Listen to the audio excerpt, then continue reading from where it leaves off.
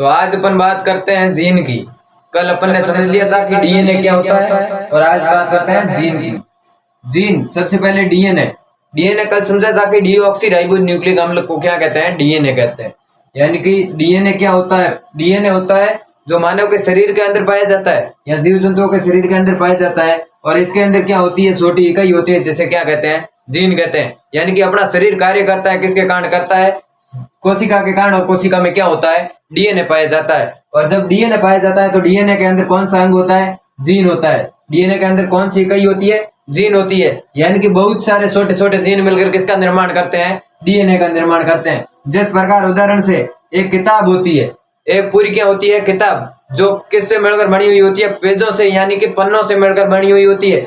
एक पूरी किताब यानी कि किताब की संख्या तो कितनी है, एक, लेकिन उसके अंदर पेजों की संख्या कितनी हो सकती है, 100 या 200 कितनी भी हो सकती है। यानी कि मुख्य रूप से मोटी इकाई कौन सी है, एक है। उसी प्रकार ये मुख्य रूप से एक कौन है, डीएनए। यानी कि किसी एक डीएनए के अंदर छोटी छोटी इकाइयां होगी, उसे क्या कहेंगे, जीन कहेंगे। अब जैसे मान लिया बड़ी किताब है, वो हो गई डीएनए, और किताब के अंदर जो पेज है उसी तरह क्या है, जीन।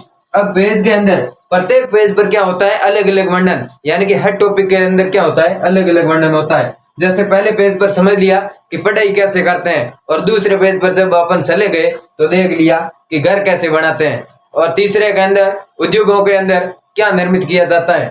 यानी कि अलग अलग पेज पर अलग अलग जानकारियां होती है। उसी प्रकार जीन होता है, उसी प्रकार जीन के अंदर भी अलग अलग जानकारियां एकत्रित होती है। जैसे कि आनुवांशिक जानकारी, अपने पेज के अंदर भी क्या होती है, अलग अलग जानकारी या चैप्टर होते हैं। उसी प्रकार यहाँ डीएनए के अंदर जीन होता है, और जीन के अंदर क्या होती है, आनुवांशिक जानकारी होती है।